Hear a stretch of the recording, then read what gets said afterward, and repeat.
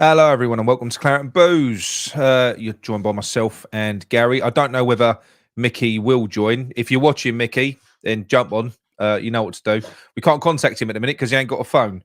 John's in the cab, apparently. So yeah, we all just watched West Ham bail out of the FA Cup with a complete whimper. It was disgusting, really. 7 shots on target over 180 minutes of football. Yeah, I just thought, what was he doing with that lineup? You know, as we've already said, you know, playing 5 at the back against Bristol. You know, Bristol City, playing Ward-Prowse and Souček in central midfield, and then wondering why you can't really control the game, because we had periods of possession, but it was nothingness. You know, we're kind of just passing the ball in pointless triangles back and forth. Because I've said it before, you can see what the guy does. He sets the team out. Defenders know what they're supposed to be doing. They get told where to stand. Yeah. But then beyond that, anyone from the 10 onwards is just get the ball, score goal. There's nothing more complex than that with David Moyes. He just puts the players on the pitch and just expects them to carve out magic, like we get when you've got Paqueta on the pitch and Kudus and Benrahma. We had fuck all, nothing. The better team won over 2 games. They were the better team. They wanted it more. Yeah, they were physical. Boo fucking who. What do we want them to not tear into us? I mean, you know, one of our players is worth more than that entire fucking squad. You know, that was a courageous effort from them. Yeah, they were flying into challenges. They wanted the win.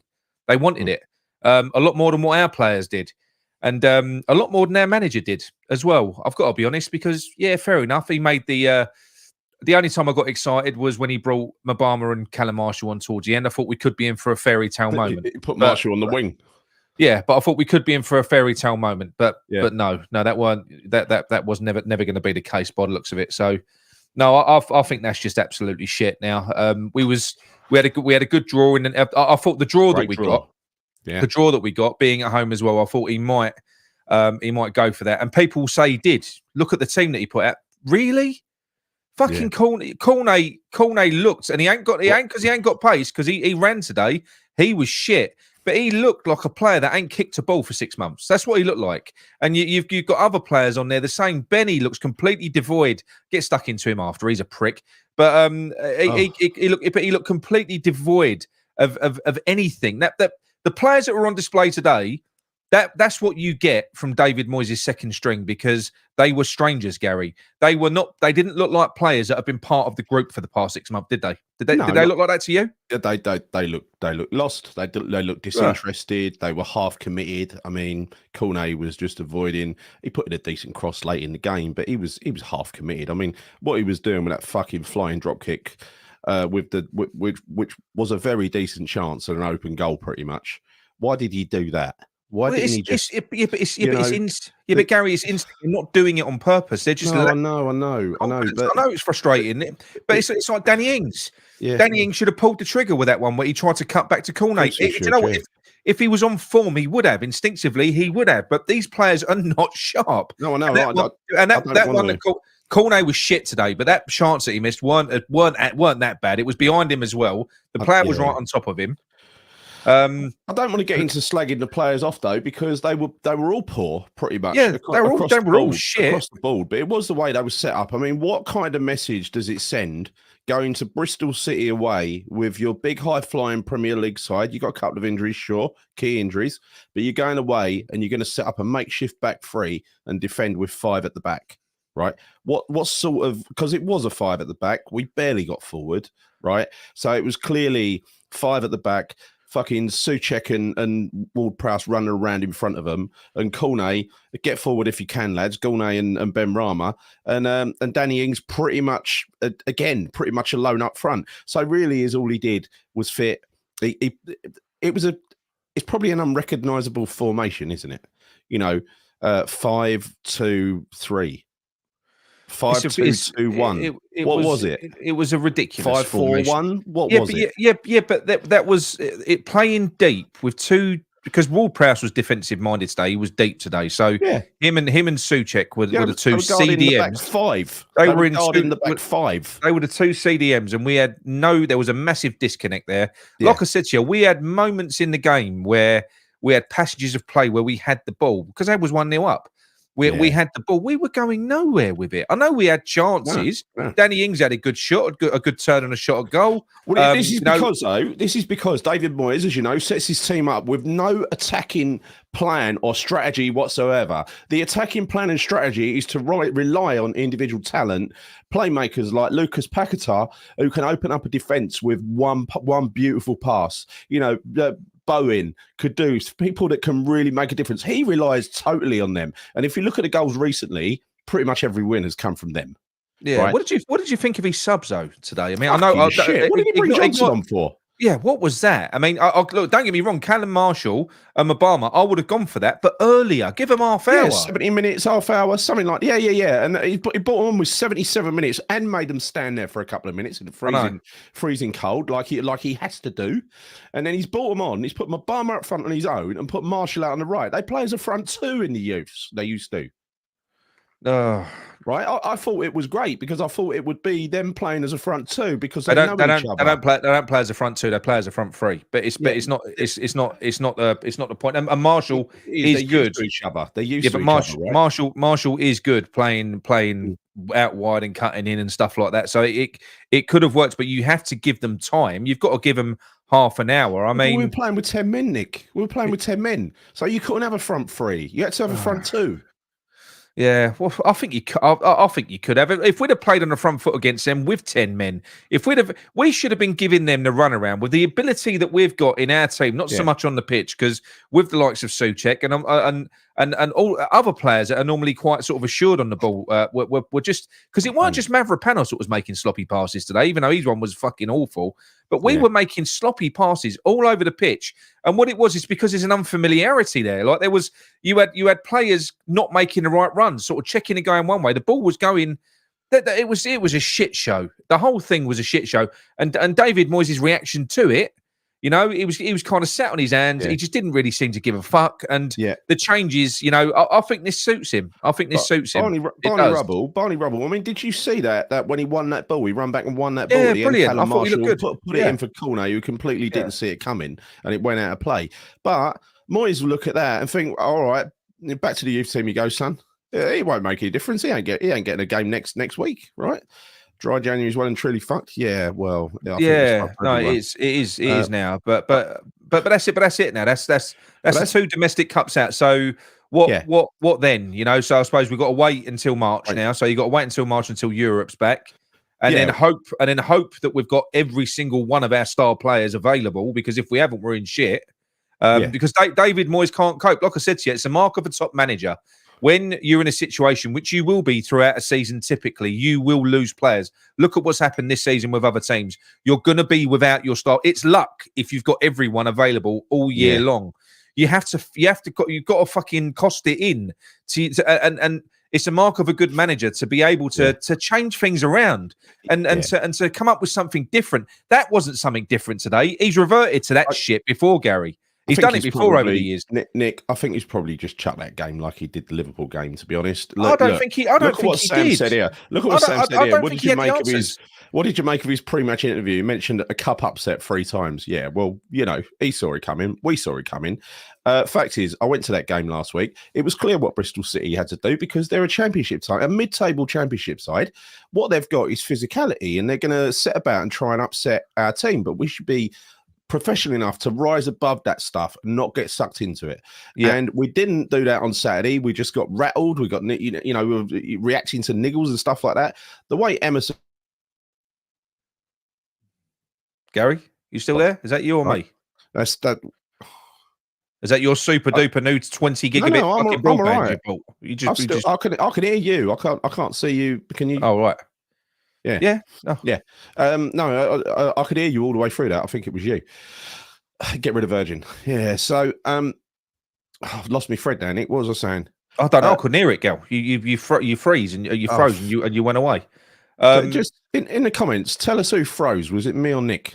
Because I'd be very disappointed if it was me. Just tell Gary it was Gary anyway, because he just bought new stupid broadband that he don't need. Nah. That might be Gary. Froze on our screen. Fuck there you go. See, you froze. Told you. But look, I just think for me, you said he threw the game. He did not throw that game. He didn't. I just think. No, he did. Gary, he didn't. He just didn't know what to do. He doesn't know what to do when he hasn't got his fucking get out of jail card sitting behind me on the wall. He doesn't know what to do. That's because honestly, it's an absolute fucking joke. If you look at both of those teams, it's one thing getting done one game against Bristol. It's one thing getting done one game, but we got done in 2 games against them, and they were the better team in both games. We got played off the park. We got out-fought. Yeah, it was just shit. It was stupid. And like I said to you, do you know when you come up against a team like that are going to be tenacious, that are going to be flying into you everywhere and stuff? I'm not being funny. That's where football comes into play. You play the ball around them, make them run their fucking asses off, move them around. Mike Melly, our fringe players are just not good enough. Where our fringe players have been ignored, cast aside, sat in the corner while Moyes talks to the main set of players. So I don't know how that make you feel, but it probably make me feel a little bit disconnected. To be honest, he has caused this with those fringe players. Those players cut now. Yeah. Cornet looks finished. Benny looks finished. Danny Ings, bless him, gave it a go. He did give it a go. But, Fornells, when you see him, finished. These are not finished players. They are currently, 28. But they're 27, 28 years old. They're in their peaks, but they are done with West Ham. Done. Fuck knows what's happened, but they do not want to kick a ball for West Ham anymore. Yeah. You can see it. You can see it on the pitch. I mean, Cornet was just not really even trying, I don't think, today. He didn't appear to be. Whether you think he chucked that game or not, he didn't chuck it. Listen, let me just say what I'm thinking. Right, he had no idea of how to win that game other than set it up defensively, put some big lads on there, and include Ward-Prowse for a set piece. That was his ambition for winning that game, to keep it at 0-0 and nick a set piece later on. And look, he had the chance later on, Souček as well, didn't he? From the cross from Cornet, was it Cornet? Yeah, and I think that is his game plan. That is his strategy. You only have to look at his history. I ain't going to drone on about it. That is his history is relying on players with a bit of talent to do something to get him out of a hole or a set piece. Yeah, and do you know something? I'm going to say this now, right? Our set piece stats now are no better than what they were from 2 seasons ago. James Ward-Prowse takes every fucking set piece, so his individual stats are going to be better. But from corners and fucking set pieces, we are no more effective than what we have ever been. At the end of the day, I don't see why it's such a fine art to stick a ball into the middle of a crowd of fucking players. So if that is literally what the guy is on the pitch for, and I don't want to dig out Ward-Prowse because he does try hard, he does do this. But if that's his specialism, Gary, I ain't fucking buying it. Because but we're back to Ward-Prowse being a defensive midfielder. I don't get this set piece. He ain't a fucking set piece specialist. I don't get it. Well, he was, because he goes through certain games where his deliveries are impeccable. You know that, right? And but we're no better from set pieces than we were before. Not on average. Bowen can whip in a good fucking corner. No, not on average. Not on average, we're not. Well, I think the stats probably, I'll have to check them, but they probably speak for themselves. I just didn't get it today. Playing a load of players who are either not up for it or done with West Ham and want out, you might as well play enthusiastic youngsters. You should have. You said this earlier on the WhatsApp group. Why didn't he start Marshall and Mbama? Them two up front. I would have played a senior team behind them. Yeah. So you had all the senior players. So you got a good solid foundation. And let them have fun up front. Them two up front and let them two give them supply. Let them go because you need that. I know they're a physical team, but you know what? They'll be hungry for that. They would have been hungry for that game. So that's what I meant by throw it. Not he threw it he did throw it in the same way as the Liverpool game. And he put a weak team out, incapable of beating the opposition, right? And that make no bones about it. The way he set that team up and the players he picked was not capable of beating the opposition. Hang on. You said he put a weak team out. How could he have put a stronger team out with the players available? Well, he could have, because he could have gone for something a little bit more original and a little bit different to try to. He put as many senior players in there as he could. It was a bullshit plan, wasn't it? Because it was a stupid plan. You saw Callum Marshall always slammed into that guy, because most of them were young kids out there, right? They would have been fine playing a tough game against the young kids. It was right up their street, right? They don't care about that. And but our players, a lot of our players, they hid away from it. I mean, Ben Rama didn't want to fucking get hurt, did he? The way he kicked out, the idiot. A lot of them were reacting so badly to being tackled by an inferior team. That is what they had to beat us, and that is how they beat us. But this is the thing. This is what fucks me off, because this is literally David Moyes, right? This is what you get when he hasn't got players that can bail him out of shit. He had 2 or 3 years of Declan Rice. Now he's got Paqueta. He's always got world-class talents that he can fucking ride on their coattails. Yeah. And you know something? If we haven't got those players available against Sheffield United, we will lose against them. And if we haven't got them available against Bournemouth, we will lose against them as well, right? But apparently there's a few of them supposed to be back. But then do you know what will happen? Well, no, but then back. Well, no, there's rumours that Bowen could be back early. No, he won't be back for Sheffield United. No. But what I'm saying is we could lose those 2 games like horribly, like that, and then all of a sudden Paqueta comes back, Bowen comes back. Moyes masterclass. These 2 magicians fucking pull off a goal from out their arses again. It's a Moyes masterclass. It won't happen though, because the players were shit today though. Like I said to you a few weeks ago, the reason we're sitting in 6th, let's not dress it up. The reason we're finishing in 6th, we've had a few decent results, unexpected results, but largely the fixtures have been massively in our favour. And they're massively not in our favour in the second half. And also, we played teams at exactly the right time. Newcastle 3 days after they beat PSG, and they were celebrating until fucking Friday morning, right? Who else did we beat? Arsenal when they're on their starting to slide, rather than Arsenal at their peak early in the season. Spurs when they had 10 injuries, and I actually went to watch fucking Spurs on Sunday. I'm not going to predict the future, because I've got so much faith in the players that we've got. I think when you've got Paqueta, Kudus and Bowen in the team, we can beat anyone. So in spite of David Moyes, irrespective of David Moyes and what he does, I think we've got, with those players in your team, you can beat anyone on our day. I think we just can. You sort of can. I think we can. I think we sort of can. But don't forget the little runs we went on where we scraped a 1-0 against Olympiacos. We scraped a 1-goal win against Nottingham Forest. We scraped a 2-1 win away to Burnley. We scraped a win just about against Luton. They should have had a penalty in the last minute. Chelsea missed a penalty. A lot of stuff went our way, as well as the fixtures in this first half of the season. So the people who say, "Oh, look, we're in," a few weeks ago, they're saying, "Oh, what are you fucking moaning about? Quarter-final League Cup, European knockout stage, FA Cup run to come." I'll feel good about that. That's what they were saying. Oh, we're going to win the FA Cup this year.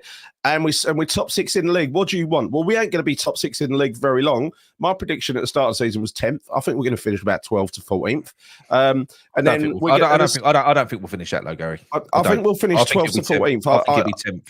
Yeah, I've got a feeling it's going to go horribly wrong. I've changed, because I was with you on that, but over Christmas we got results I didn't think we was going to get. I think don't forget, I've done the predictions for the second half. I've got to see how that worked out, because my predictions for the first half were pretty accurate. That'd have to be some fucking collapse, Gary. That would have to be some collapse. On average, my predictions, when you actually, I think I was +1 point out for the first half of the season. But you're not Mystic Meg, Gary. We achieved one more point. We achieved 1 more point than I expected. Right? You should win a lot more on accumulators, I'll tell you. No. I didn't predict all the results right. What I'm saying is, I predicted a number of points based on certain fixtures.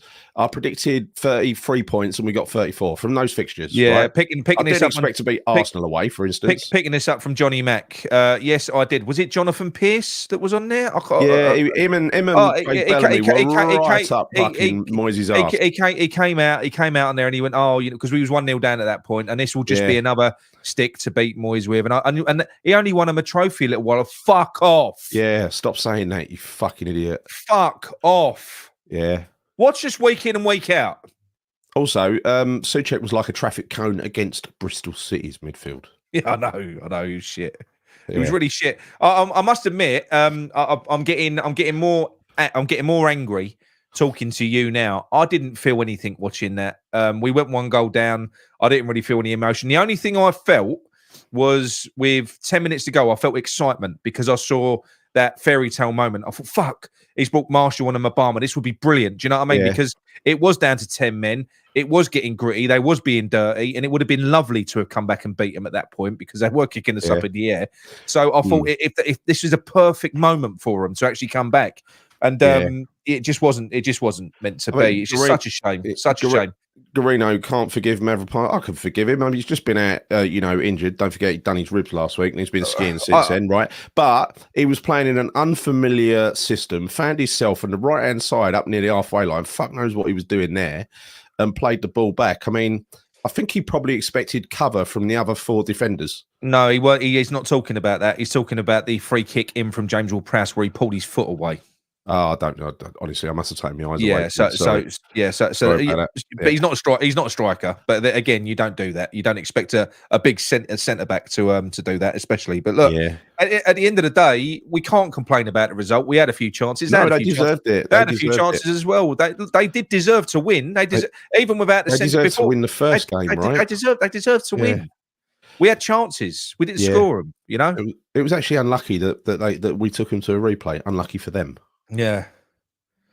You know. Oh no. What's this? Yeah, I was talking about Emerson when I froze. Let's see if it happens again. It's all I was saying. That Emerson was just a proper grown up in that game, and he smashed into people, and it hurt. And they didn't try to go back at him because they could tell from the look on his face he weren't fucking around, right? Whereas Ben Rama, the fucking the reactions from him, it was right prima donna, you know. Yeah, well, that could get extended. I mean, that was a ridiculous reaction, and that was a proper kick out. I'm sure he was going for his face. Yeah, and the other guy that swung at Cresswell's holding onto his fucking shirt. No. He swung at Cresswell, and I think Cresswell did well not to react. If I'm honest, because he whacked him. He whacked Cresswell. Well, it was around the back of the head. He didn't catch him, wasn't it? No, I know, but he could have. If it was one of their players, they'd have gone down in a fucking heap crying, wouldn't they? They were dirty. They were dirty. They were dirty. But what did you expect from the first game? I know. We should have been well up for that. We should have played a team who could put up with that. I'll tell you what, I did like that Pring. Is it Cameron Pring? Their left back. He was good. He beat up Soufal again. That's the second game running. Yeah, I'm going to judge Mapama when he doesn't get played up front on his own. Yeah, no, I'm not having a go up. He had 10 minutes. He had 10 minutes. I mean, how can you complain about them? But Marshall was up. Marshall for it. did well. Marshall did well. And I like the fact he kept on. He was coming looking for the ball as well. He was really deep at one point, so he was just wanted the ball. He wanted to try and affect the game because nobody else was. But again, the changes that were made, we've still got. I'm sure Fornals was on the bench, wasn't he? You've still got Souček and James Ward-Prowse in the middle. They're never changed. He never changes them two. I'm not being funny. That's one of the worst central midfield pairings. If you take Alvarez, especially if you take Alvarez out the loop, that's the worst midfield I can think of. I can't think of anything worse. You've got Thomas Souček, who's just a big lumbering fucking. He's like a headless chicken. He's got no technical ability at all. And then you've got James Ward-Prowse, who's just he's like Danny Ings in midfield. He just runs a lot. He runs, tidy with the ball, and he's got a really good right foot, but he ain't world fucking class with that right foot. He ain't. I'm sorry. Paqueta's world class. Ward-Prowse has been. We know it was a failed experiment playing him as a central defensive midfielder. So Moyes reluctantly, after about 10 games, decided to move him up front to chase things around. But today he's taken it as an opportunity to say, "I was right all along. David Moyes was right." Because he refers to him as himself as in the third person. I've noticed that in interviews, right? David Moyes was right. David Moyes do that? He got it right. David Moyes does that, right? And he is he like Terry Crews out of Brooklyn Nine-Nine? Yeah, exactly. Where he says Terry's hungry. Hungry. Today, he wanted to go there and prove David Moyes was right in the first place, right? And he put Ward-Prowse back into a central defensive midfielder. Well, don't fucking do it again, Moyes. I just don't know anymore. I mean, minimum central CDMs now is 2, right? In every game. I did predict before that game. I thought that we would go for it, though. I thought that we would get the win because we got done in the first game. David Moyes likes that little line. We're not flaky. Lose. No, but what I'm saying is we're not flaky West Ham anymore. Yeah. We're not flaky. He likes to say that. Yeah. Because we don't lose against the lower teams with David Moyes. We've had years and years of losing against lower opposition, and don't do that under David Moyes. Well, we just have. Yeah. But very, very dull. Should we take a few phone calls? And this is what I meant. Well, I can only stay for an hour, right? Well, I will. Cyclops 60, Bristol are a young side too. That was my point. They are a young side, and our youngsters would have been absolutely fine with that physical side. They would have been absolutely fine. You saw how Marshall got stuck in. No. Hang on, I'm going to phone you back. Yeah, individuals trying to put themselves in a shop window, not very well. Worst shop ever. Yeah, it's working. Yeah. All right. If anyone does want to phone in, and we'll pipe you through. I'm not going to put my number up because there's a lot of people watching and it'll go mental. You're not doing player ratings? Do you really want to? Do you really want to do player ratings for that? I mean, might as well. You got to do player ratings when you lose as well. It's not just when you win. We're just going to donk them all up. No. Emerson don't get donked. I don't think Ings gets donked. Oh yeah. There we go. Yeah. Hello? It's Nick from Clarendon Booze. Is that Ryan? Yeah. Hello, Ryan. How are you, mate? Yeah, good. You? Well, not good, but Oh but yeah, I'm good in general. I'll be honest with you. I've look. It is what it is. I mean, he's I don't know whether he's thrown it or not. We've thrown it. Yeah. We've thrown the fucking game. I'll tell you that much. Yeah. But I don't even know what to think about the bloke anymore. Obviously I've always been Moyes out. I fucking hate him. But it's just I don't actually. The thing is with like people that are Moyes in. Like this isn't having a go at Moyes in people, but does it or does it not prove the point that when he's got like the likes of Kudus, Paqueta that are world class, and now he's not got them, he's got to use his actual own fucking tactical mind going forward. We can't beat Bristol City. That's exactly right, Ryan, because you know something, right? It's very true. We didn't have Paqueta today. We didn't have Bowen. We didn't have Kudus. We didn't have Antonio. But you know what? They didn't possess one single player that would get within fucking 2 miles of our starting lineup. None. Right? So the team that we put out on that pitch, every single one of them walks into that team. All of them. So they weren't even. They weren't even teams. We had a far better team than them out on that pitch. But their manager and that team, they fucking played us off the park. Let's face it, they did really. Yeah, they did. You know? They did. Yeah, they played us off the park because they've got a decent manager who wanted to play football. Our manager wants to play 5 at the back against Bristol City.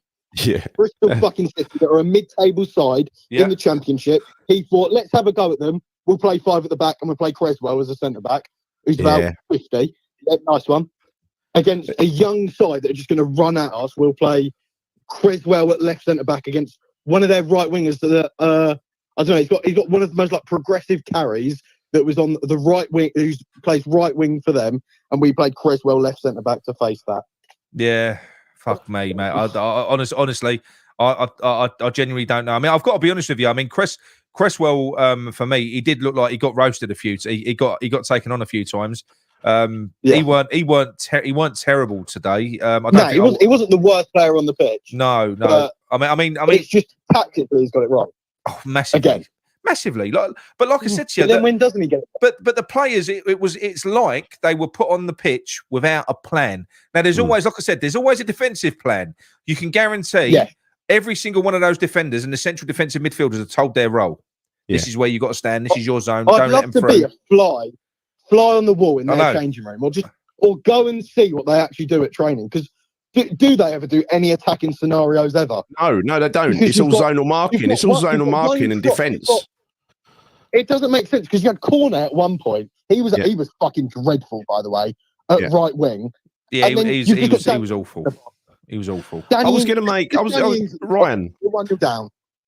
Yeah, Ryan. I was going to make another. I ain't got around to it yet, but I'm going to make another video about Moyes in my Moyes Out series, talking about the masterclass video, the Moyes masterclass video, where for 10 minutes he talks about how brilliant his Everton team were and barely mentions a striker at all. He talks about packing the midfield. He talks about defensive organisation, and he talks about overlapping fullbacks. That's really all he does. And I was honestly getting angry watching it the other night. I couldn't actually bring myself to clip bits of the video and talk about it because I just don't want to fucking watch it anymore. You know, he's a one-trick pony. He's been doing that for 21 years. What he does at the moment is he's basically got by over 21 years just by not focusing on strikers, not having a plan up the front end of the pitch at all, other than just relying on the big man getting into the box and getting his head on a set piece. And you know the big game that he talked about what was included in his Moyes masterclass was a 1-0 win away to Manchester United when Michael Carrick was playing as a centre-half. And the genius is David Moyes identified that Michael Carrick, who's not a centre-half, was playing as a centre-half, and that was likely to be their weakness. And they won it from a fucking Fellaini set piece. That is his idea of beauty, right? I think I do actually think, right, that genuinely, you might think I'm wrong, but I think he's got like a bit of a fetish for like tall midfielders, like Soucek, Fellaini. Yeah, if he could get Fellaini here, I think he could, but I do think he's got a little fetish for them. Just late headers in the box, he loves it. He's got Fellaini.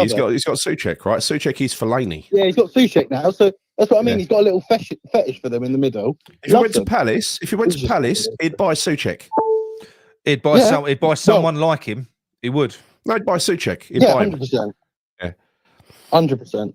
But it's very fucking dreadful. Very, very frustrating. I mean, I think it's just as well we did have an excellent start to the season, because I do think we've got a little bit of breathing space, because look, at the end of the day, I personally, I really look, I want Moyes gone as quick as possible, but he ain't going to go this year, no matter how bad it gets.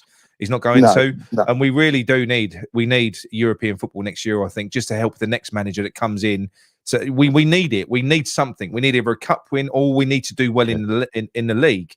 And I'm pinning my hopes now on the league, if I'm honest, because we are in a good position. We've got Sheffield United, and we could get something there. I can't see it if the players ain't back. But if we don't, and then heaven forbid we don't get something against Bournemouth, that's an expected win. But not at the moment. The 3 points we nicked off Arsenal. Yeah, but not at the moment. Yeah, no, I know. But with the players that we've got, I've already explained this. With the players that we've got, we can get unpredictable wins this year. What I'm saying though is we are expected to win in Sheffield United, and if we don't, then that wipes out the 3 points that we gained when we didn't expect to win at Arsenal. You see what I mean? I do know what you mean, look, I'm trying to stay focused and positive for the league, and I'm hoping that we can shit us enough wins this year to get us over the line, because we're going to need to get European football some way. And this I'll tell you what, this season, right? Yeah. But this season, this what will really fuck me off. Let me tell you how mental I'm going to go at the end of the year if this season goes away. It could do, and that is, we're out of both cups. Bearing in mind, we was in a great position in the EFL Cup. We weren't too far from a fucking semi-final and a final. We had a good draw in this one. We're in one of those rare Premier League seasons where everyone's shit. Aston Villa is second. Yeah. We're in one of those rare Premier League seasons like that.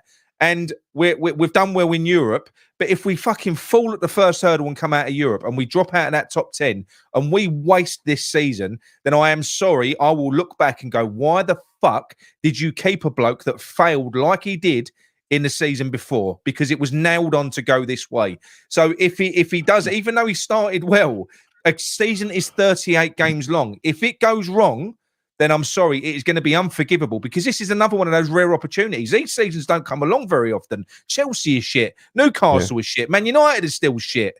Do you know what I mean? It's a real opportunity to get in that top 6 and maybe push for that top 4. So they've got to try and make something happen. They can't allow it to fucking fall off completely. We could have Kudus and Bowen back for the Bournemouth game, which is at the end of the month. I think thank you, Drain Old Emma. You can do pew-pews now.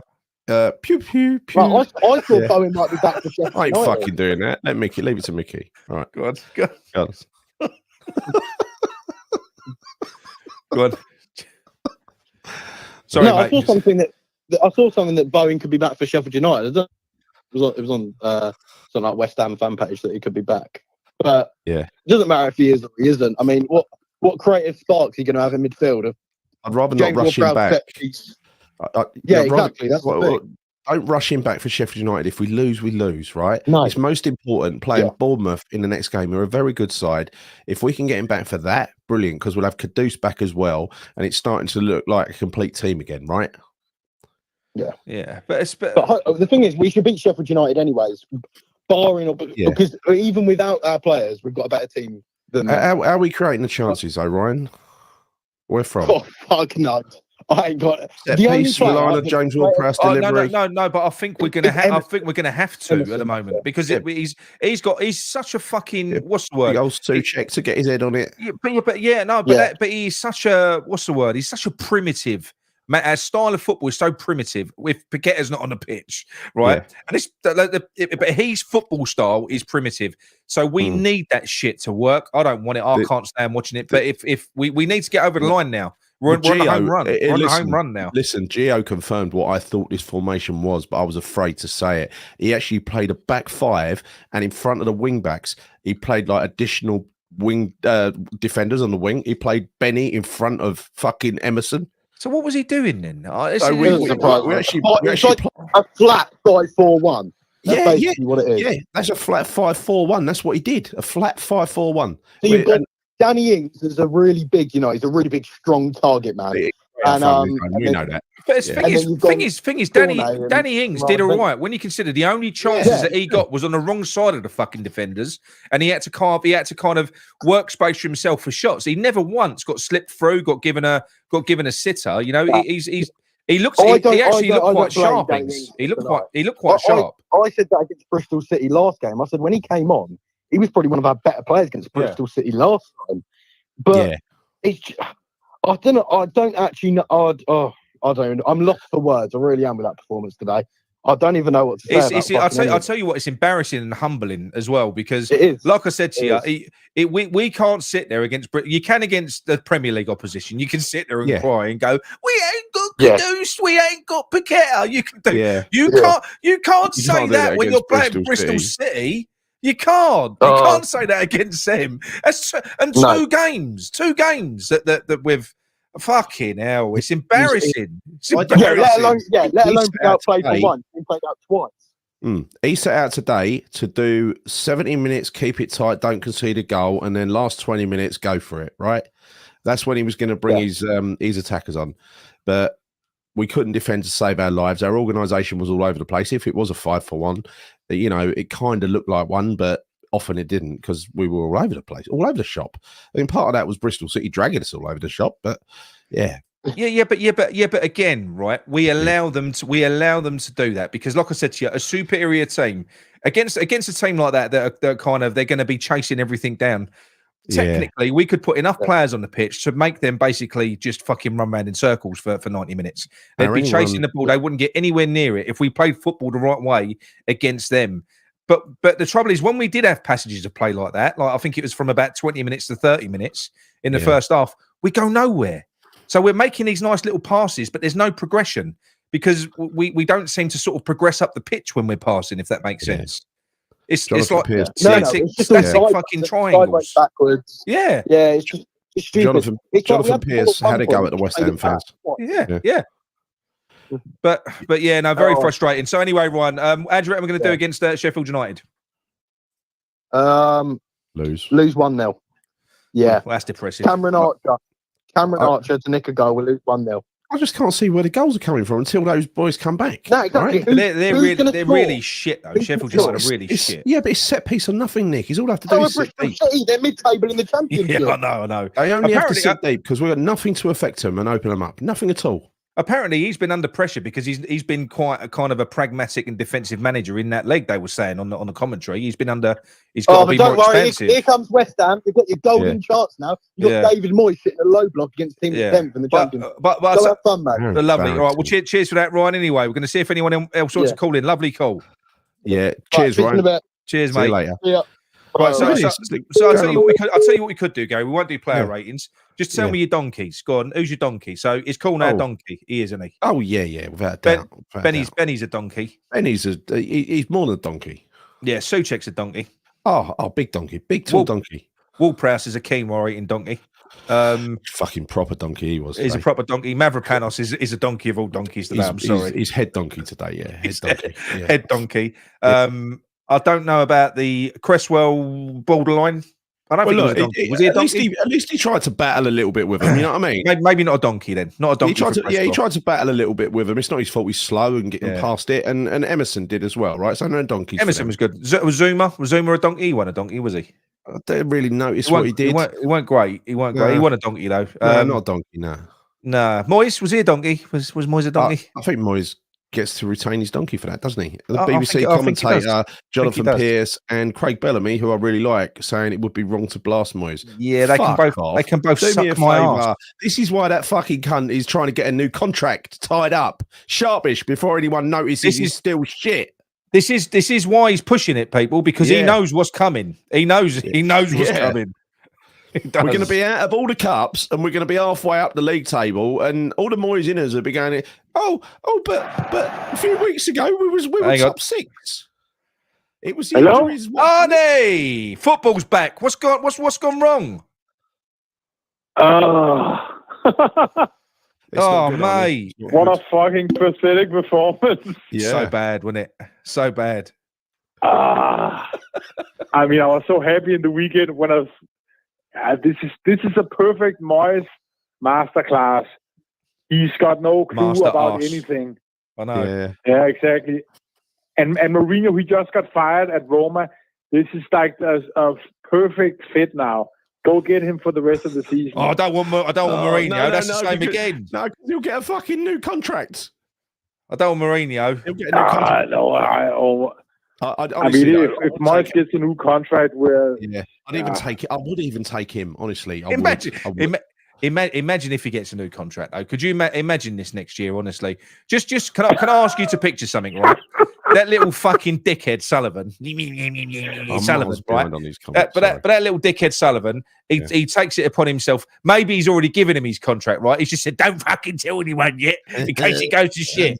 But then you imagine if we got 2 more years of him next year, we fall out of Europe. We've got no Paqueta. Imagine that. Imagine a season with no Rice, no Paqueta, and no European football with him for 2 more fucking years. Imagine that.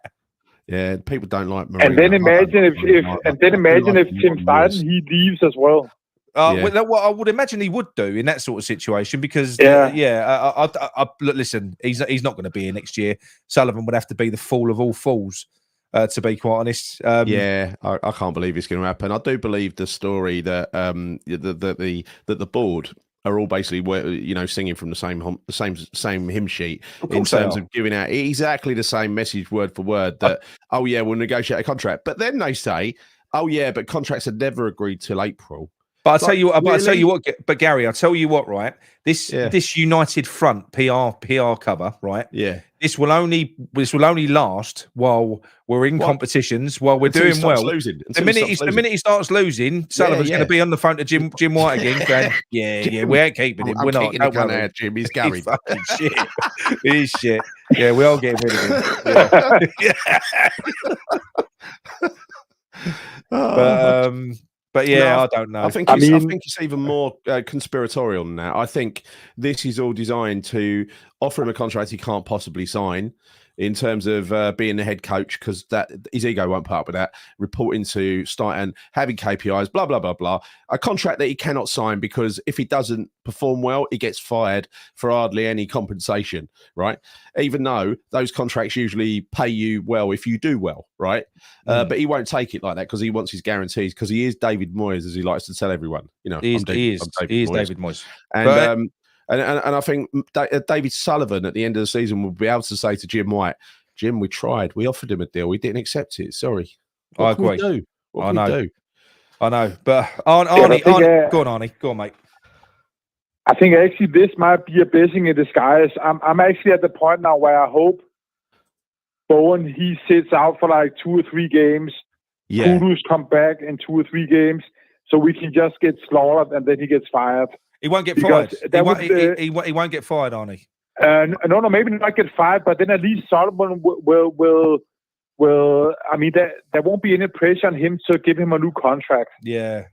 No. I don't think there is. I think there's more pressure on him to not give him a contract, to be honest. It won't happen anyway, Arnie, because look, it was so clear, so transparent what happened. Moyes told Jim White on TalkSport, I'm getting rid of him at the end of the season. And then literally a couple of days later, when he felt the backlash from the media, he got onto Jim White and said, oh no, we're gonna offer him a new deal. So, people can believe what they want. I know what I believe. Yeah,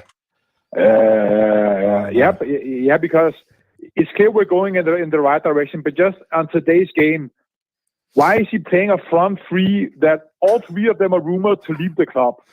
That makes no sense. I don't know. And even even Ben Rama, I know he did something bad today, but I can't even blame him.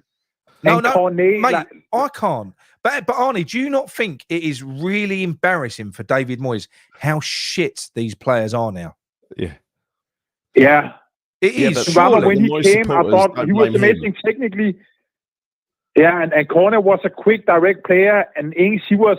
I mean, I always rated Ings as like maybe a starting level striker, but he's a good striker to have in a club. With us, he's like useless. Yeah. Cornet, I mean, has he played like 150 minutes the whole season? No, but he looked like somebody that didn't know how to play football today. Well, a little bit. Well, there's no match fitness, no match sharpness, no confidence because he knows he's only filling a gap, right? He knows no matter what he does, he's not going to be playing the next game, right? And then for me, it was only Emerson, Johnson, Marshall, and Mubama. When they came on, at least they were like, they tried some stuff. There was intensity. And like when what's his name? Marshall, the other young player. Who's that? Right? Mubama and Marshall, yeah. Yeah, exactly. Because at least Marshall, he made that tackle, and then his pass was a little bit maybe overshot, or Mubama couldn't control it. But at least there was some fire, some desire, some intensity in the game. The rest was just, And then Bristol, of course, they're going to play physical, but we couldn't handle it. It was pathetic. No, absolutely. Yeah, so frustrating. But Trini makes a point here. He says Moyes has depreciated the players. He does not understand. He is one-dimensional. Yeah. Why would I, as a fringe player, play for him? And I've got to be honest with you. You've got to be some saint to not be vindictive enough to go, do you know what? You fucked me over. Don't come calling on me now. I ain't going to do nothing for you. Yeah. No, I would hate him. I would hate him. But there's a lot of people that would do that, and that doesn't make them bad. It doesn't make them bad people. You don't know what's going on behind closed doors. I wouldn't want to fucking look at him. I wouldn't want to look at him. Nah. By the way, we could be homeless soon as well, right? Because the stadium, they're going to boot us out of London Stadium, aren't they? I know, we won't talk about it anyway. We've got a show coming about that. Might put that out tomorrow. I think they could finally finish Sullivan off. I think he might actually keel over. Going to expand on Gio's story that he's been running. We've had some information for a little while and been looking into it. Don't look good, but anyway, that's just one more thing to worry about. Right. Yeah. Apparently they're losing a ton of money. I don't know, some ball of they're losing the stadium or something. They're losing a ton of money, but it's not looking great, to be quite honest. But we'll see. We'll see what happens. We'll see what happens. Never arrange a bit of pause. I think it's pretty fitting. It's like Moyes. It's like Moyes now, and I'm really fearful against Sheffield United. Yeah. If we play like this today, we're going to lose for sure. Well, Sheffield United. No doubt about that. Sheffield United. They are shit. But they're better than Bristol City. They're a lot better than Bristol City. Far better. And they've just signed a player as well, haven't they? They've signed Diaz, haven't they? Is it Diaz? Diaz. The one that always scores against us. Crackers as well, 30 yards. Yeah. Well, he's only scored once against us. Well, he only played against us once, so he always scores against us. Yeah. But statistically, you know what I mean? Arnie, for you this season, because obviously now look, we've gone out of the cups with a whimper. You've got the personally, I'm gonna be honest. We're not winning that Europa Cup this year because the minute we come across, we showed it against Liverpool. The minute we come across a top team, he's gonna shit his pants. And there's a lot of big teams in it this year. There's loads. So we're not winning that. So that means that for us to get Europe next year, we're going to have to get in the top 8 because Europe could extend down to 8th place. Do you think that we can do it even with David Moyes this season? I think we can. I think there's a chance that we can. Yeah. Right, look, it's something like go on, Arnie. For me, it depends on when how fit Paqueta, Bowen, and Kudus are gonna be. If those 3 are fit, I think we can do it. We can. If one are missing, I think we're gonna have big problems. Especially if Paqueta is missing, because I know Bowen and Kudus can score the goals, but Paqueta, he unlocks the defense with his passing and his vision. But I think we can do it. It just depends on how fit, maybe how long we go in the Europa League. Yes. Because hopefully, I'm not sure about the fixtures, but hopefully, because I think we have Man U and Arsenal. They're 2 of the next 4 games or 5 games, I think. We've got Sheffield United away, then we've got Bournemouth at home, then we've got Man United away, and Man United away, and then Arsenal, I think, and Arsenal at home. Then Arsenal after that, I think. Arsenal at home. It could be a tough run. We can have some easy games when we get in the Europa League. It could be a tough run though, because these are games, Arnie, that are not coming up at the right time. Playing away to Sheffield United with a half-fit side or with your key players missing, that is bad timing. That didn't happen in the first half of the season, right? Then we've got Bournemouth at home who are flying, and we probably still won't have Paquetá back for that game. They're opening teams up, Bournemouth. They went to Man United and won 3-0, didn't they? And then Man United away, I was there at the weekend. It is Man United away. You know what Moyes will do? He'll try and defend it.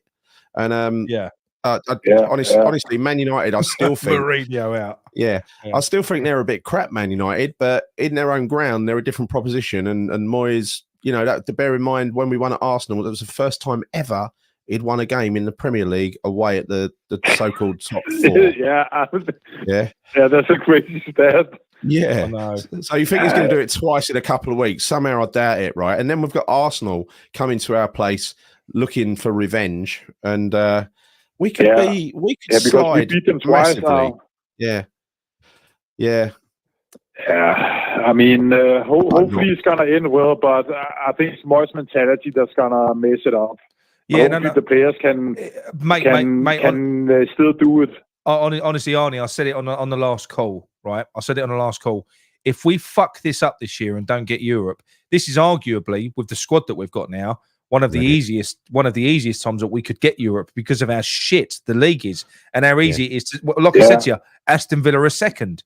Now, this is one of those seasons where, do you know, if we'd have made our managerial change in the summer and gone out and got our progressive guy, and we'd have been making, especially with the players that we've got now, you don't know what could have happened. There will be this would go down as a complete and utter fucking the waste of all wastes this season if we don't do anything here. And the thing is, you can't guarantee on winning a cup anyway, no matter how well you're playing, because cups are lotteries. But the league, we have to get in that top 8, or that is a massive failure. It's a massive failure. Massive. I'll just say, Ian, thanks for your comment. This ain't like renting a flat, is it? I mean, we know that E20 are the landlord. They own the stadium and the operation of the stadium, and that's a wholly owned company by the LLDC, which is wholly owned by the Greater London Authority. But even as recent as 2017, they were looking at folding, that E20 stadium company. They could do that. And they're the ones formerly LS185 who West Ham have got the contract with, right? So then what happens? It goes into liquidation, and you sell off the assets, and it hasn't got any assets because the land is owned by, I think, the LDC. Gary, we're supposed to be doing this on another show. Yeah, I know, you couldn't resist it, could you? You couldn't resist it. Just poking me a little bit, right? So anyway, fucking hell, right? Yeah, okay. Anyway. He's but yes. So Arnie, I think we'll let you go anyway, and we're going to see if anyone else wants to call in, because we're only going to run this for about another sort of 10-20 minutes, and then that's it. But thank you very much for your call, mate. Yeah, Arnie. Have a nice evening. Yeah, thanks, Arnie. Just one more question: would you terminate David Moyes? Yeah, I'll terminate him like the Terminator. Without a doubt. Yeah, that would be fucking easy business. It would be. Yeah, I know. Fucking hell. He does need to. He needs to go now. All right, well, lovely. Cheers, mate. Thank you very much. Take care. Take care. Cheers, mate. Bye. Hang on. Oh, Alfie. What Alfie is this? Good Alfie or bad Alfie? Alfie? Hello. Hello, Alfie. Sam from Bas Vegas. I'll call you next. You can be the last one. Yeah. You all right, lads? Hello, Alfie. You right? Yeah, not too bad. You? Yeah, not too bad. Oh, fuck me. John, I'll call you. We're on a call. That's why I didn't put my number up. Right, yeah. Go on. But yeah, go on, Alf. Sorry, mate. Oh, no worries. A night that we knew could happen and has happened. But yeah, I mean, the thing that's mad for me is if you go back a couple of weeks, you go, like people were saying, 6th in the Premier League, in the knockouts of the Europa League, quarter-final of the Carabao Cup, and in the FA Cup, and 2 of them are already gone now. Yeah. And you guys have said it for everyone. We ain't getting far in the Europa League. You know, you've got the teams of like AC Milan, Leverkusen and stuff like this. They'd rip us apart. I wouldn't even want to watch that match. Yeah. No. And the Premier League, it has been a very bad lead this year. It's been terrible. But I just have a feeling, right? I don't know what it is. It might just be me. It might just be me hoping for it. But I have a feeling that there's going to be some teams that really wake up in the second half of the season. I agree. I hope not, because if that happens, we're fucked. But this is the thing, Nick. And I think Gary was here as well, because he's on most of the shows. I said at the start of the season, before we got Kudus in, right, and when it looked like Paqueta was going to go, I said we was 1 or 2 injuries away from an absolute diabolical season, right? And it's happening in front of our eyes. And the problem is, right, is you're not guaranteed that when Paqueta comes back, this injury is going to reoccur again. You can't say that they're going to stay fit, and you can't say this. It's so unpredictable, and you see it like that. We've got no creativity in this team, and the players who are creative, like Fornals, they've got nothing left in them anymore. Well, when they come back, when they come back from injury, because even Kudus has got a hamstring injury at the moment. So when they come back, are they going to be at full speed, running at full speed like they were before? I mean, maybe not. Well, what you got to bear in mind is as well, right? This is Bowen has been on this mental fucking where literally he's been scoring almost every chance he's been getting. In terms of being clinical, we've been clinical because we've been banging goals in, but we create virtually fuck all. So whereas other teams, like when we played Arsenal, they're creating like 30 chances against us. Our team have got like 2 or 3 to work with, and they've been scoring them. So even that, to a degree, you've got to look at it at either end. So it's really kind of unbalanced, because you've got to think at some point more of the 30 fucking shots on our goal are going to start going in, and we're going to start scoring less of the few chances that we're creating. So at some point you would think it's going to start balancing up, but it's surprised me so far how well we've done. I've got, in terms of points, I never predicted that we'd be 6th at this point. I didn't. Nah, me neither. Well, I'd just like to add on to something Gary said earlier. Not add on, but kind of agree. We have been so lucky. Everything has gone in our favour. Yeah. Right? Yeah. When you look at some of the chances, right? Brighton away, that could have easily been 3-3. Right? Luton should have had a penalty, but VAR being VAR, that's a different story. Right? When you look at some of the games we've played in, Chelsea, Mr. Penn. Man City at home, even though they won 3-1, that could have been 8-9. It could have. You had Arsenal away, which that was a great win, but they had 30 shots. I know none of them looked like they was going to go in, and they were comfortable saves and stuff like that. But still, we're a defending team, and we're not defending well. Mate, even against Brighton, that we played well against in the first game, Areola was man of the match. He made 3 world-class saves in that game. 3. Yeah. You know? It's another thing as well. It's this midfield, right? Yeah. Alvarez, he will soften the blow to what it looks like, right? It doesn't work, right?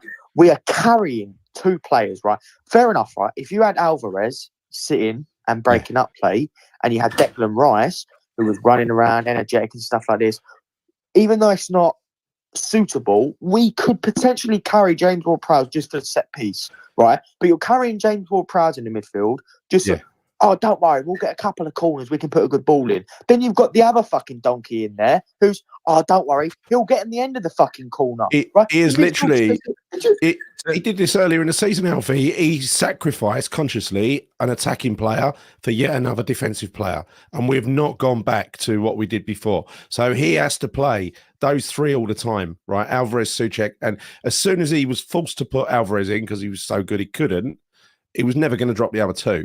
And so Ben Rama came out of the team. Fornals came out of the team. We've sacrificed them. Luckily for him, it's worked out, because who would have thought that the front 3 we've got would have turned out to be as fucking potent as they are? Here's a question, look, because we know Calvin Phillips is available on a loan. If we got Phillips in, we know that Moyes does like Phillips, so he would use him, and you would like to think he would play. Do you know who I think would go out of the team? Ward-Prowse. Who? I think Alvarez would go out the team. Who's the one player that gets substituted every time?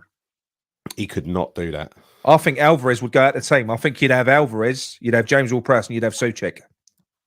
Imagine that. I mean, Alvarez is like. I think that's what he'd do. I do think that's what he'd do. I don't think so, because Alvarez was rested tonight, because he is. He's a player that always gets subbed, Gary. Those 2 always stay on the pitch. Yeah, but they are sometimes because he's on a booking. No, it's not every time, though. If there's ever a change that's going to be made, he leaves those 2 on. Alvarez gets hooked off. That'd be the fucking ultimate. time. That'd be the ultimate fucking insult if he done that. Yeah.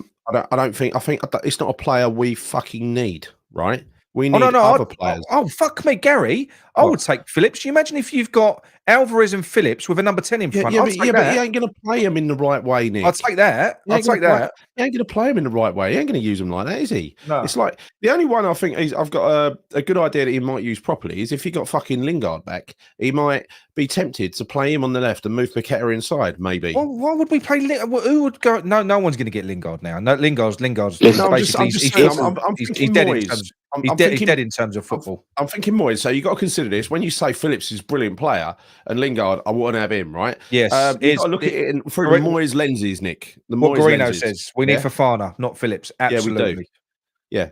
But you got to look at it through the Moyes lens. What would Moyes do? Who's Moyes going to use, right? But this is the thing. Start of the season, we knew that the midfield that Stein wanted to build was Fofana and Alvarez. Yeah, those I were agree the with two. this as well, Melissa. Those were the two. Yeah. Alvarez is our most important player. 100%. Absolutely. Yeah, he is.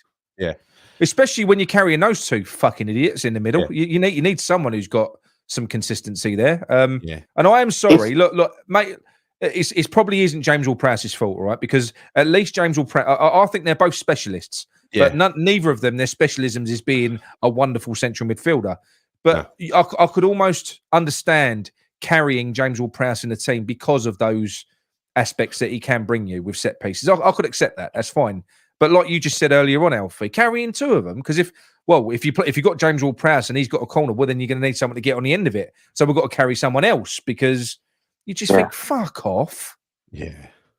Yeah. I know. And you know what? It's funny as well because, you're carrying a player, you expect them to be able to at least pass the ball.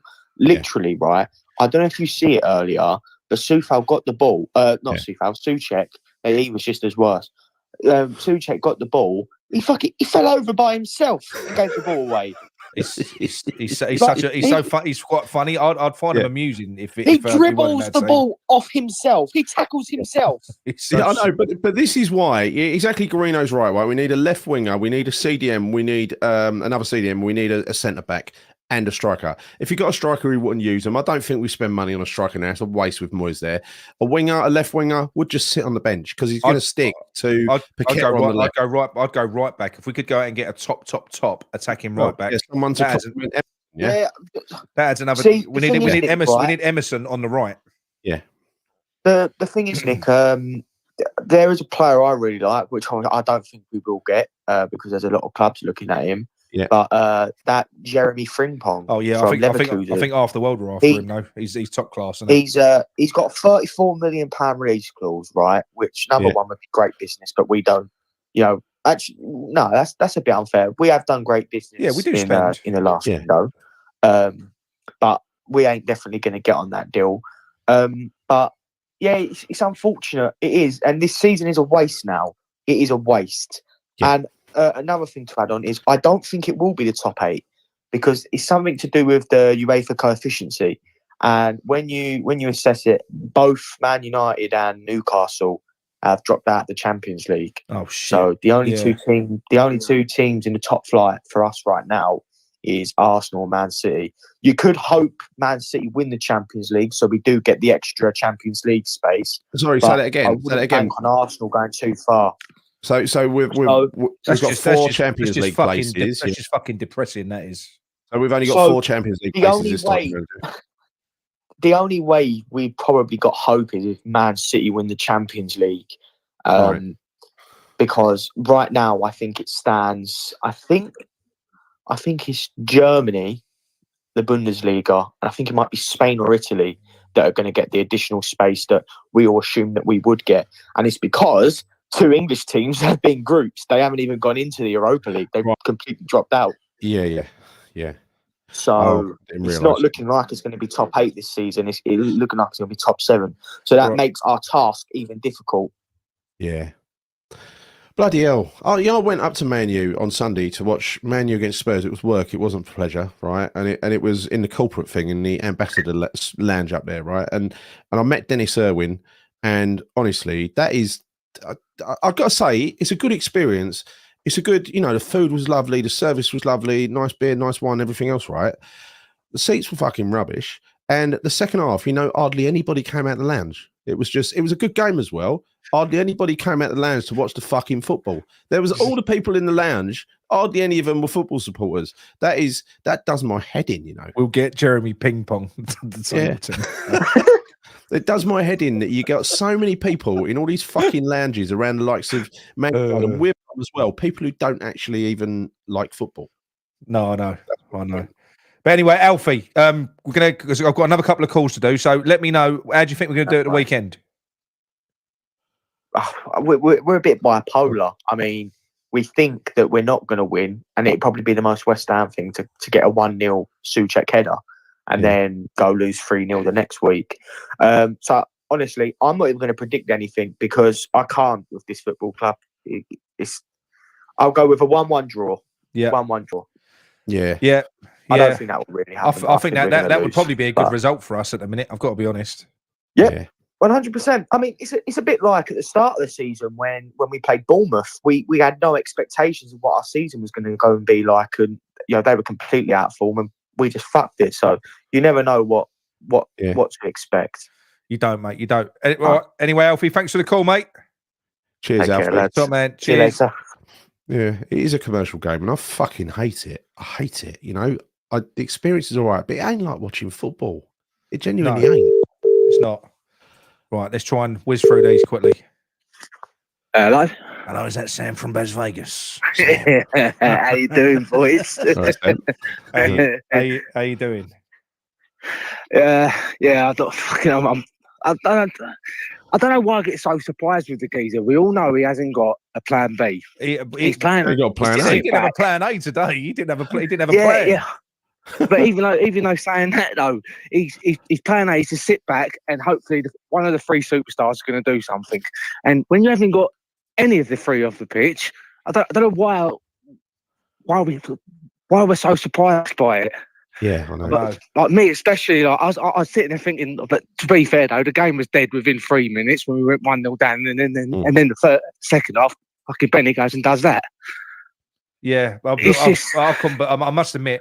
Listen, as much as I feel sorry for these players, I do feel sorry for them. That was bollocks what he did there. Yeah, and I do feel for them. I don't blame them for being shit now. I don't blame them for being disenchanted. I don't blame them for not wanting to play for him anymore. No. But that was just he's got to remember he's playing on a pitch with 11 other players that are all getting the shit kicked out of them, and he's just basically gone and fucked them by doing that. And that's he doesn't want to be here though anyway, does he? We all know that. No. But even if you're not going to play for Moyes, I think once you're on a pitch, maybe sometimes you've got to at least put the effort in for your teammates and stuff and the fans. And I don't think a few of them did that today. I mean, maybe I'm being a little bit unfair. Maybe it is purely because when you get that fucking disenchanted, I mean, they do look broken. We've seen Fornals. How many times has Fornals looked like he's going to burst out crying when he's coming on the pitch? He's a shell of himself now, isn't he? He's an absolute shell of himself. Man, the fans were great down there tonight as well, weren't they? You could hear them all through the game, couldn't you? 3,000, weren't it? Yeah, done well. Tuesday night. Yeah. It's like, you can even go back to it today, like changing formation as well. Why? I know. Because I was sitting there screaming at the telly at half time. I thought, why don't we just go back to a normal formation and put Emerson in the middle? Yeah, he's the most technical. He's the most technical player on the pitch there. He always looks better when he cuts inside and drives through. He actually gives us some ball carrying through the middle, and that's how bad. That's how bad we are in the middle of the park.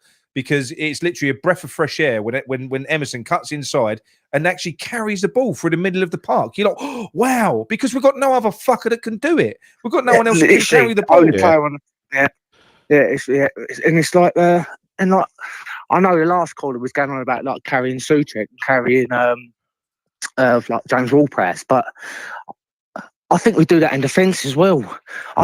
He didn't do anything wrong tonight, but Zuma, I absolutely love him, but he can't move. No, he can't. If he's not in the air, he's fucked. He looked worse. He looked worse tonight. Normally, he looks like he's running with a limp. Tonight, he looked like he was running with a nappy full of shit. That's what he looked like. He looks like he's running with a parachute on. Yeah, that's what he fucking looks like. He looked like he was struggling today. Bless him. He did. Fucking running on a treadmill, isn't it? Like fucking going nowhere. Fucking hell. But do you want to tell us how that little story, Sam? A little bit of yeah. I tried ringing in Sunday, we didn't have no luck. Right, so basically, but I won't go into too much of it. But right, I've got 3 girls. 2 of them eight football. My youngest is mad about West Ham, so I've taken up a few games in that. And my nephew got one of them stadium tours. So we went up there Saturday. Right. All good and all that. And we got to the point where you get to go pitch side, see all the nice seats in that line. You get to have the picture done in David Moyes' seat. So my little girl goes to have her picture done up. Like the bloke goes, "Are you going to sit in David's seat?" Turns around, looks at him, stern in the face. He goes, "No, I ain't sitting in that." So 6 years old, like, brilliant. he don't know what to say. He don't know what to say. And then he goes, "How comes?" Like, she goes, "Well, my dad hates him, so if he hates him, I hate him." So we sat in the other seat, took the picture, and we moved on. I've never been so proud of the girl. Brilliant. She's going to go fast. She'll go fast. She will. Yeah. Even she knows shit when she sees shit. Yeah. Fuck me. Yeah. I'm just thinking of the games that are coming up now. Like, I don't fancy it against Sheffield now. I really don't. Because where are the goals coming from? I don't know. I felt sorry for him that's the worry as well. Yeah, He gets absolutely slated, but mate, he was trying to make runs, but no one was seeing them. Mate, our fault. Yeah, he was making runs. Nobody was finding him because we've got zero creativity in that fucking team there. But you know what? When he did get the ball, it was on the wrong side of the defenders, and he actually carved out a couple of chances himself. Yeah. You know, he did. He looked lively. That's the thing. I mean, if he does go somewhere else in January, you know he's going to score somewhere. He'll score. It's proven, isn't it? Like, it's like, look at. I don't think. Yeah. You know. But yeah. I don't know. But can we afford to get rid of him and have no strikers? Because I think Antonio's broken now.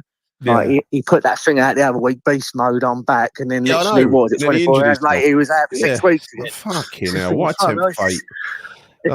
Just keep your mouth shut, innit? Yeah. But it's a bit of a weird. It's a weird thing to happen for an athlete as well, isn't it? You know, he's had a slip. Like, you'd expect that from your nan, wouldn't you? But no, he's got to try it. He's had a slip.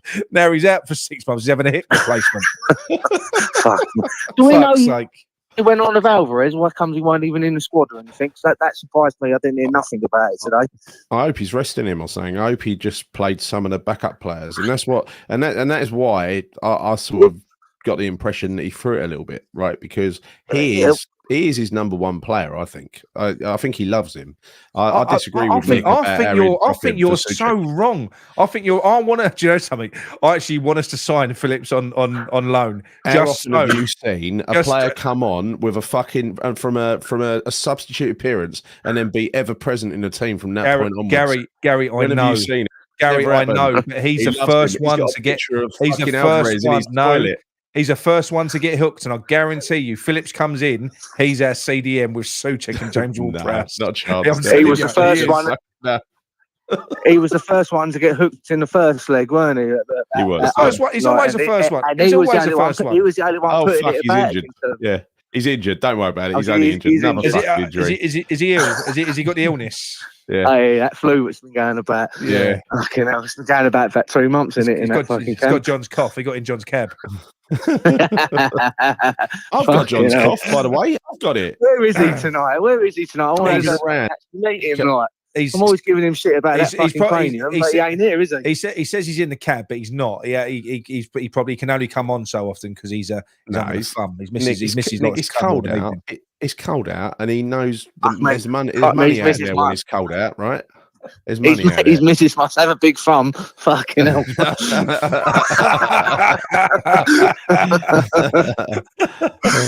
But yeah, I know. But well, I mean, the thing is now, when you look at it, we're 6th in the league.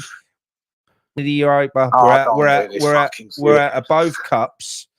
Now we've got until March to wait for the Europa to start. You know, we've just got to hope that we don't completely.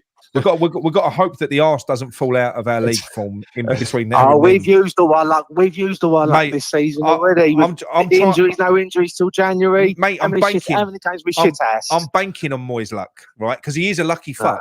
He's the luckiest manager ever. He's proved it this season, right?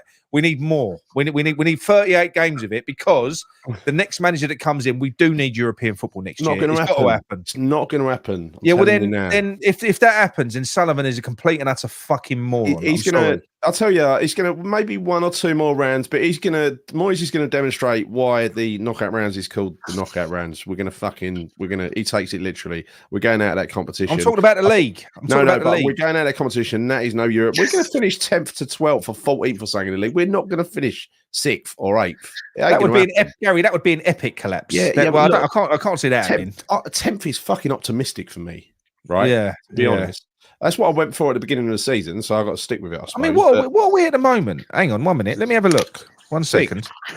I know that. I know we're 6. I know we're 6. But if you have a look in the league at the moment, right, we're on 34 points, and we're 5 points above 10th. Yeah. And if we beat Sheffield United, we're 8 points above 10th. 8 points. That's a lot, Gary. That is a lot. Right. To use an analogy, at the moment, David Moyes at the moment is like he's trying to use the tube, but he's forgot his travel card or his Oyster card. He can't get through the barriers. Paqueta is his Oyster card. He's the one that opens the barriers. Moyes is running against them. He's jumping around them. He's throwing things at the barriers. Nothing's fucking opening. Right. That's what he is. He's fucking clueless. It's like Sam. It's like Gary Sam, we get 14th, right? Do you honestly think that at the moment, Crystal Palace are in 14th on 21 points? We're on 34. Are we going to finish below Palace? We're not, are we? We're going to finish 10th. Mate, there's so many games. I said 10th. 12 to 14. There's so many games left in the season, and I know you say if you win against Sheffield, it'll be 10 points clear. That 10 points could be gobbled up within 2 games, really, and it's down to 3. Oh yeah, you know what I mean? Like literally within a week. Well, the thing is, where I make you right on that, and the reason I make you right on that is because of the area of the table that we are now operating in.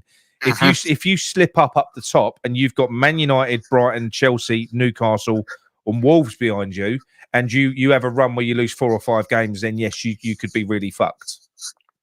You could be. But again, he's been lucky before. When we've lost games this season, every other fucker's lost them as well. Nick, like, you're forgetting, right? The season before last in the European away to, against Frankfurt, he weren't lucky. Last season in the league, he weren't lucky. He ended up a little bit lucky, but he weren't lucky. That was a disastrous season. Second half of the season before was a disastrous season. He's not a lucky manager. He's the fixtures have come out in the right way. We've nicked a few lucky winners when we've played teams who have been a little bit vulnerable, that wouldn't usually be that vulnerable. Yeah. And also we've played teams at home when in the second half we're playing them away, teams that we've got a chance of losing to. Sheffield United, right? We rolled them over. We didn't even break a sweat that game. 2-0, no problem at home. Now we've got to play them away with injuries. No, I know. We'll see what happens. But anyway, Sam, thank you very much for the call, mate. Yeah. No worries, boys. See you later, mate. Right, have a good one. See you later. Speak to you soon. Bye. Did I used to like Moyes, Gary? I never really liked him, but I thought he was look, while he was doing it right, I couldn't argue with it. But as soon as the football turned to utter dross last season, when he just weren't changing it and we'd get in the death spiral, I lost my patience with him. Yeah. I hope we don't get 1 point for the next 5 games. Genuinely, I mean, look, my predictions. Right, John from Kent, I did call you. Right, next one. 1 minute.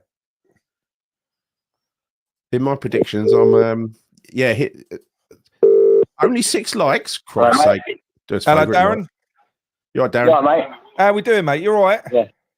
Yeah, you? Yeah, not bad, mate. Not bad. Match? What's that? Did you enjoy that shit match? It was wonderful, mate. Yeah, I thought it was brilliant. A festival of football. It was good. Oh, sorry. It's 279 likes. Sorry about that. Yeah. I'd love to know what Moyes said at half time. Because that must have pissed Ben Rama off. What does he ever say? What does he ever say at half time? Fuck me. Do you know what I mean? Quick, I mean, how many goals have we conceded in the first 15 minutes of the second half this year? He must be the most uninspiring fucker going. Right. He's got to be. He's got to be so uninspiring. I reckon he's as uninspiring as I actually imagine him to be, and that is really fucking uninspiring. Really uninspiring. That is proper uninspiring. I know. Fucking hell. Fucking beige paint, isn't he? That's what he is. He is. He's soup. He's soup. That's what he's soup for dinner. He's a broth, isn't he? He ain't even proper soup. He's a broth. A clear broth. He's Marmite. He is. He's definitely Marmite. But anyway, Darren, what would you like to discuss this fine evening? I want to know what's going on, like, transfer-wise. Supposedly we ain't got money, but what's happened to that? No, the one who is part of the board now. Yeah. Got, Kretinsky. Yeah. Yeah. What the fuck's going on with him? Well, basically, look, the way that it works, and this is what I'm hearing more and more and more now. And look, I've been getting frustrated with it as well. And I thought, yes, we should be spending. Look, for a start, Kieran Maguire's looked at the fucking our finances. He's gone against what Sean Whetstone and everyone said. We do have money, but what they are doing, Darren, I'm telling you, they are stockpiling money for a summer rebuild for when the new manager comes in. That's what they're doing, and I'm fully in support of it. So the situation that we are in this season is that we will sell a player. And then if we can make enough money, we'll buy a player if we can get the right player in. That's what it is. That's what it is. If we sell Ben Rama or Aguerd, we'll bring someone in. Otherwise, we will be alone. It'll be alone. I think they've got a business plan for the summer in terms of money. You'll probably see a bit of a cash injection. I agree. I reckon you'll see 150 to 200 million in the summer, and I'm not joking. And I'm good with that as well, right? If that's what it's all about, I'm good with that. That's fine. Yeah. And they can't exactly say it while Moyes is still here, can they? No, Kerr's gone now, isn't he? Unfortunately. Yeah. I think that's a bit of today. I think it's sad, really, and he would have been useful today. He would have been useful today. Not only that, though. Why the flipping hell went Oggy playing today? Yeah, a good game. Like I don't know. I don't know. I don't actually know what he was doing today, mate. I mean, especially, I'll tell you why else. Especially because Zuma can't play 2 games in a week. Does that mean that Zuma can't play against Sheffield United? Yeah, exactly. Probably not. That's what I'm saying. That's what I said earlier. You ignored me. Darren said today, though, didn't he? Yeah, no, he did. He proper bad today. Bless him. On his arse as well. What amazes me with Zuma though, for a bloke who can't, his knees are fucked. We know that, and apparently he don't train. He don't train. And he can't run very well. But I tell you what, he can half jump. He can for someone who's got no knees. He's got a surprising spring on him. He can half jump. So I've got all the respect in the world for Zuma. He's probably playing in agony, if we're being honest. Yeah. He looks like he is anyway. He does. He's proper mincing around today, wasn't he? Yeah. No, he was. Yeah. He clenches his arse cheeks together, doesn't he? he runs. He does. Yeah. Trying to keep everything aligned. Yeah. Must be a panic. Out of Moyes, isn't it? Every dash back must be a panic. There must be all sorts going through his head. It's like, I just trod in a Moisey. Yes. I just trod in a Moisey. But how do you see it? So I'll tell you, we're going to make this a last call anyway.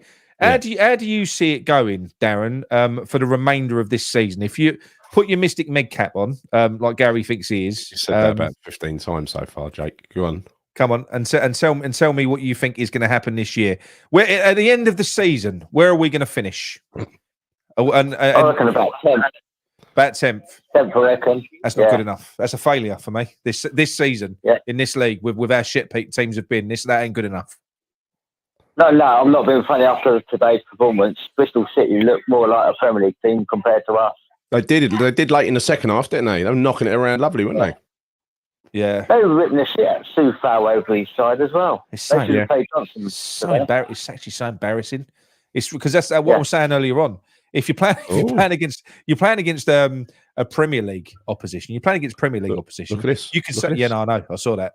T minus 1, 2, 3. But if you're playing against Premier League opposition, you can understand it. You can go, it's all right. Look, we ain't got Kudus, we ain't got Paqueta, we ain't got this player. But we're playing Bristol City. We're playing Bristol City, and we got outplayed. Let's play 9 at the back. All that says is we've got superior players, but we've got a fucking inferior manager that can't figure something out. It didn't get it right in the first game, so we had a week to think about. Right, okay, that didn't work. How can I get past them now? He fucked it twice. Kurt Zimmer. He should have had things up front with someone else as well. Well, yeah, I think so. Like I said before, what better experience for Divin Mabama that you got 2 players there that I think would benefit playing in the front 2. So, and how great would it be for Mabama to learn from an experienced striker like Ings to actually play alongside him? So, if you've got Ings, if you want to get anything out of that failed transfer, use him for that. Use him to develop your next striker. Play him next to him. I don't know what goes through this thick fuck's head. I don't get it. What's Look that? at this. TalkSport just did a poll. 67% voted Moyes bollocks, in. Fuck bollocks. off. No, they did not. They did not. I think the fans should boycott the next couple of games. Fuck off. Sullivan and that and all the. Can I just say that David Moyes, this treatment we're getting from TalkSport about David Moyes is not exclusive to West Ham. Once, when he was fucking up at Man United, they ran a little video that said 10 reasons why Man United should keep David Moyes. He's fucking in with them. He's in with them. This is what it's all about. He's in with the TalkSport crew. Yeah, but the thing is, right? If that's actually quite scathing, because if TalkSport ran a poll on their TalkSport, for everyone would vote for it, and we know what the neutrals think. All the neutrals think that we should keep Moyes. So loads of people on the neutral side would have voted Moyes in. They can't get rid of Moyes in. Plus, all the Millwall fans would have voted Moyes in. All the Spurs fans would have voted Moyes in. Yeah, well, manager gets slaughtered because he picks a 9 at the back formation, Rob. Maybe it's something to do with that as well. 9 at the back. That's what I mean, though. He's practically part of the bus today. It's just so embarrassing. It's so embarrassing. I mean, do you know something? You can actually, I could tolerate it. Do you know what I could have tolerated today? And I think everyone could have explained it. I think if David Moyes had come out in the pre-match press conference and said, "Look, we've got the injuries that we've got. You know that. We can't. We've got a very important game coming up at the weekend. We did give it our best go. We're going to give it our best go now, but we're going to give some other players a chance. We're going to give some other players a chance because we can't risk certain players. And then do you know what? Have a little bit of a mixture, and then play 3 or 4 of the youth players. Everyone would have got behind it. And then if you got beat, you wouldn't care. But he ain't even done that. I mean, those two. I don't think Mabama and what's the other one's name? I've forgotten his name now. Marcel. Yeah, I don't. Yeah, that's it. Yeah, I don't think either of them two looked bad when they came. And they both looked busy. Marcel played really well, didn't he? Yeah. I mean, Mabama was a bit sloppy, but I think Mabama's nervous. I think he's so keen to impress. He's so keen to impress that makes you clumsy. The boy needs to be played. He needs to be played. He needs confidence. And Marshall looks like a go-getter. Marshall looks like the type of bloke. If you put him in the team, he's going to get his head down, and I think he'll go after it. He looks. I thought that when I watched him before. I've seen him play industrious. Isn't he? I've seen him play 2 or 3 times now, and he's got a touch of the Craig Bellamy's about him. He's like head down. He's a really tough little player. I think he'll do well. But I think Mabama will be good as well. You've just got to bear with him. You've got to bear with someone him. playing with him as well. He can't be up there on his own.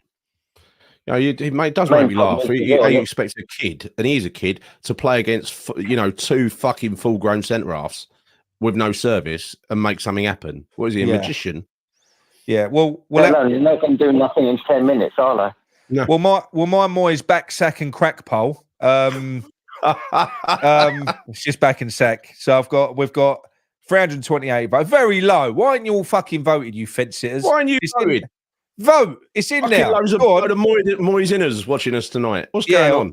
Their flip floppers ain't come off yet. They need a few more negative results. He's in with the media. He's very in with the media. Nick mentioned it the other day about the publicity company that the media company he works with, or his son worked with. But 8% have gone for the back. 92% have gone for the sack, and none of them have gone for the crack. I can understand that. I can understand why that would be. But don't you think though? Have you noticed though? Moyes really doesn't seem like he's bothered this season. 92% out. 90. Yeah. Well, you know what it is? It's just arrogance from the bloke because he thinks he's fucking untouchable. Until he finally gets the bullet, he still won't believe he's got the bullet. I was watching some videos after he got sacked for Man U. He's still in denial. He'll be in denial about us as well. Yeah, he will. Yeah, what's your video about Moyes and that? Like part 1.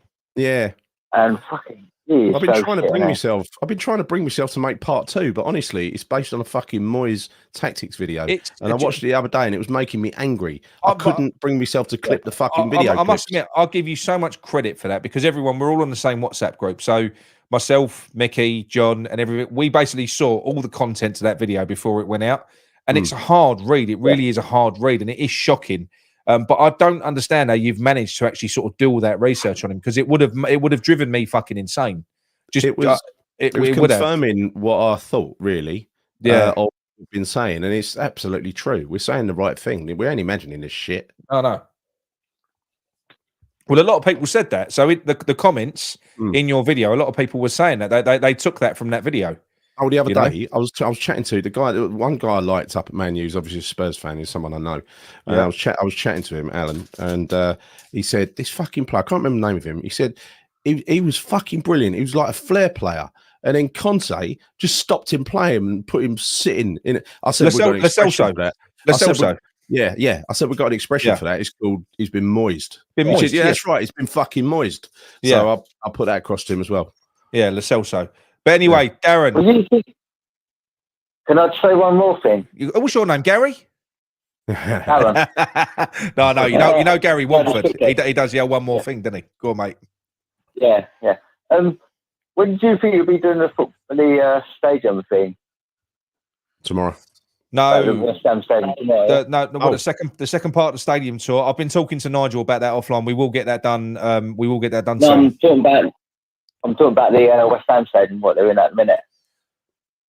What do you mean? Oh, talking about the show that Nick's doing tomorrow. Yeah. I'll do that tomorrow. Tomorrow, I'm going to do it tomorrow. I mean, Gary's revealed half of it in this video anyway. But no, not really. But yeah, so. Right, cool. All right, lovely. Anyway, cheers for that, Darren. Right, mate. Cheers, you Darren. Take care, mate. Thanks very much. Later. Cheers, mate. See you later. Bye. Cheers. See ya. Bye. Did somebody said in the chat, would I have Xabi or Jose? Matt, seriously, mate. Honestly, there's not. I wouldn't have Jose. And look, and leave it up there. And look, listen. Don't get me wrong. If you're going to go for pragmatic, boring football in a results-based scenario, because results are all that matter, then go out and get a Mourinho. Go out and get a no. But I'm saying because then you've got a chance of getting real success. If you want someone with a big budget who's going to fucking buy you success, which is what Mourinho does. He's wherever he's been, he's bought it. Maybe not when he was at Porto, but beyond that, beyond Porto, he's bought success. But he does deliver it. And Spurs, deliver at Spurs, aren't they? Well, he was close. They sacked him before the cup final, Gal. Oh right, yeah. And then they lost it. So no, I would never have Mourinho because I don't want pragmatic football. I would take Alonso. I would take Slot. I would take Michel of Girona way over. I'll put Mourinho, even though look, he is a great manager at what he does. I'll put him in the Benitez, fucking Moyes, Simeone mold. I don't want to ever have to watch another manager like this. I really don't. No way. I really don't. And again, don't want to go on about it, but the way Spurs play football is fucking delightful. Yeah. They should have. Had they had a striker Sunday, they'd have pissed Man United. Right? Yeah. They just don't stop going at teams all the fucking time. No, I know. But look, anyway, that's us done. So 370 votes, still 92% want him sacked, 8% want him backed. That's just not good enough. For over 1,000, we have most of this show, and we've only got 300. Oh, come on, you're not supporting the cause. Participate, people, participate. But look, anyway, thank you very much for thank you very much for watching us. We had great numbers tonight, and great in the chat as well. Really, really good. It's quite cathartic. I feel better now, really, to be honest after that. It's all like it's over, it's done. Move on to Sheffield United now. Drop a like on the video, and Gary, you got anything you want to say? No, not really. This has been a fucking tough watch tonight, and I hope we can get something out of that game on Sunday. Otherwise, that's going to be an exciting show Sunday night, isn't it? So amazing. No, look, listen, we always make it fun anyway. You got even if it's in an angry way. Yeah, you start out angry, you end up laughing, don't you? It is what it is. Yeah. But look, we want us to pick up points because, like I said, if we don't beat Sheffield United, fucking negates the 3 points we took at Arsenal, right? Yeah. And I want us to get ahead of the schedule, not fucking get back on it. Yeah, I agree. Yeah. See you later. Come in, you irons. Mum, I'm always in. Yeah. Right, fuck you up.